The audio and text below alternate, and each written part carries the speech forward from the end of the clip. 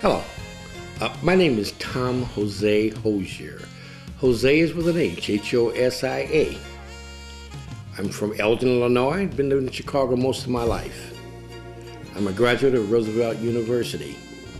I've worked in the different communities, especially Austin, for over 17 years at the Northeast Austin organization as the Assistant Executive Director, forming block clubs, helping folks that are light and gas, working with gang crimes, all those kind of things that make a community better as we get out and do prevention kind of work. I had retired 4 years ago. I was retired for 3 days when I got a call from the commissioner that if I would come over and talk to the gentleman that was the executive director of HICA. I came to talk to him and he was very sick. He asked me if I would pitch hit for him till he got well. I told him yes, I would come over and help because he had been around a long time and I knew him. His name was Mr. Flowers. He was the president of HICA.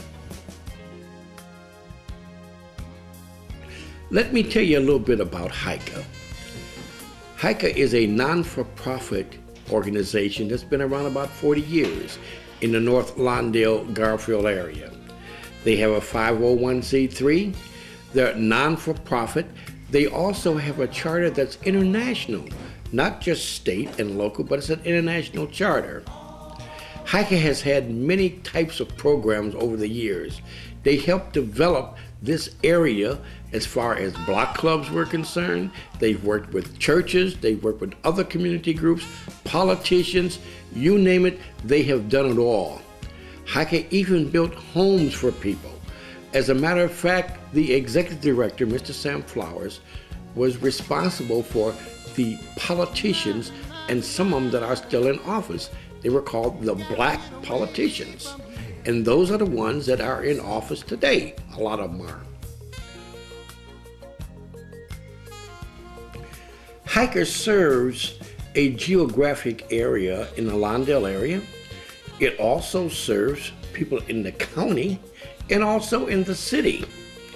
The area that we're talking about right now, and HICA stands for, Homan, Independence, California, and Arthington.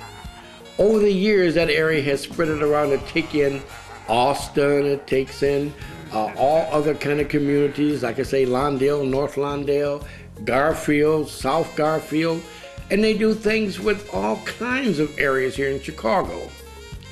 At present, HICA is located at 372 North Hamlin. That area, which is a block and a half north of Lake Street.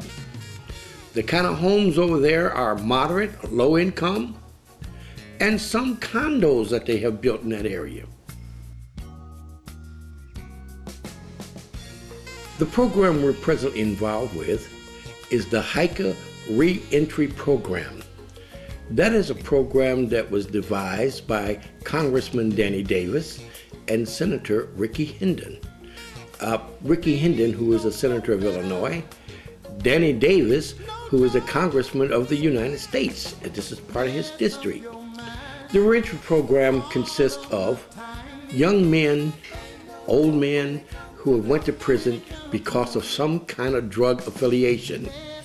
There was some law and legislation passed some years ago that drugs was a sickness, like alcohol used to be, and they needed to be treated and rehabbed.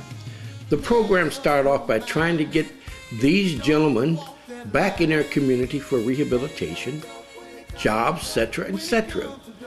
HICA House is a home where they can come. We have a contract with the state of Illinois, and what the state of Illinois does, they call us up, they say they have a person that they'd like to send to us. It worked beautiful for a while. The guys, we'd pick them up from, who had been incarcerated, we'd pick them up from prison, bring them here, and the state would pay for them, you know, and we had people like Safer, who has done a heck of a good job, Tass, who has done a heck of a good job, but this program was just for one program. It was just for Sheridan. Some kind of way HICA got on the internet and all the prisons in the state of Illinois began to send their people here. We didn't have room for them. We could only hold 17. They would come and knock on the door and say they had no place to go and no money. HICA took them in. Eventually, our program with Sheridan kind of slowed down a little bit because a lot of those guys went into treatment, which we don't do treatment at our place. It's just like it's a halfway house. We take them in, we provide a bed for them, we provide food for them, we provide education and training, and we try to provide jobs for them. We have job fairs, and everybody has job fairs, and we make sure we provide the transportation where they can get to these job fairs. HICA also provides legal assistance to them and also provides link cards through the Department of Public Aid, where they together get a public aid card, which is known as a link card. We put the money all together and we buy food for everybody. They eat well. None of that food they were eating like in prison. It's surprising to see how they take to food they haven't had in a long time. They do their own work here, they do their own maintenance here, they wash their own dishes, cook their own food, they clean the yards, these kinds of things that they do. We're very proud to have this kind of a program here in the Lawndale, North Garfield area. HICA's future expectations, as I mentioned earlier, we can house about 17. Just think if we could house more than 17. 70, 75 or 80. Then we could at that time bring in the kind of services that we needed to help most of these folks. The psychiatrists, psychologists, a medical practitioner. These are the things that we need because being incarcerated in a 6x10 or a 10x12 room, it plays a heavy psychological part on these patients and these clients on their public health. We would like to have a program here at HICA where we could do testing, HIV/AIDS, we could do TB testing, we could do prostate testing, a whole array of things that we could do that would really, down the road, save the state a lot of money, for the county a lot of money.